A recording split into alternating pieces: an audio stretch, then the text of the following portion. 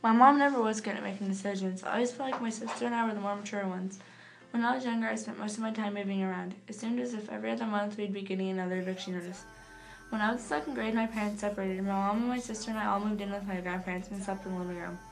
My mom got a job and told my sister and I that we would be moving out soon and get our own rooms finally. That always seemed to fail no matter how much we wanted to believe it. By the time my mom met her next boyfriend Rob, I was in 7th grade and we had been living with my grandparents all this time. We finally moved out into a house with him, and my mom soon got pregnant with my little sister. They were together long enough for her to get pregnant and have my sister, but as soon as she was born, he was gone. When they separated, we went back to my grandparents' house after my mom could no longer afford the rent. Every day it seemed like something new would happen with my mom. She always had guys hanging around, and yes, I did hate them all. She met this guy named Dennis, and he was great. He seemed to be different than the rest.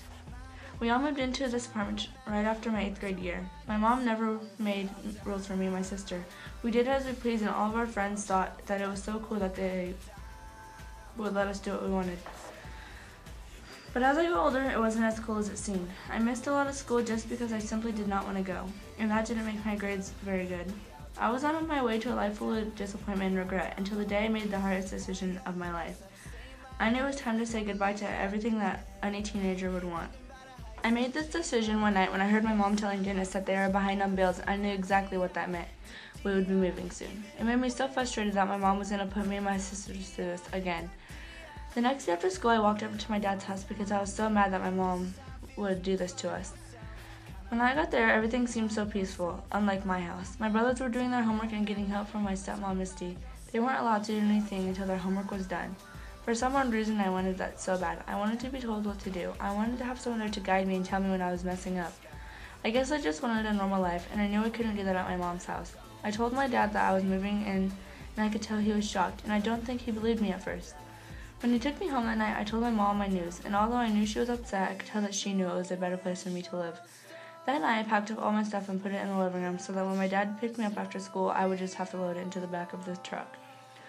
I think that it is safe to say that most teenagers wouldn't give up a life full of freedom for anything. I know that the decision I made was the best thing that has ever happened to me. Every day was a battle trying to change my ways and get used to not being able to do what I want. There was many times I wanted to go running back to my mom so I could go out with my friends because my dad had said no. Even if I tried, I know my dad wouldn't have let me because I know that he was happy that I was living there because he saw the difference in my grades and outlook on life. I knew I didn't want to have to live like my mom, and maybe that's why I decided to move in with my dad.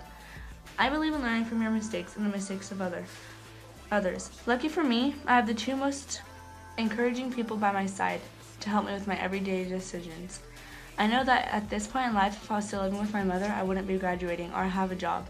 My dad and stepmom have taught me so much about life, and they are right about most of the things I say they're wrong about. When I moved in with my dad, I changed my friends too, and it made such a huge difference in my life. I have learned what not to do from my mom. I want to make something out of myself so that my kids will have stable lives. I promise myself that I will achieve any goals that I make for myself, no matter how impossible they seem to be. I have made it this far. There's no way I'm letting anything get in the way now. This, I believe.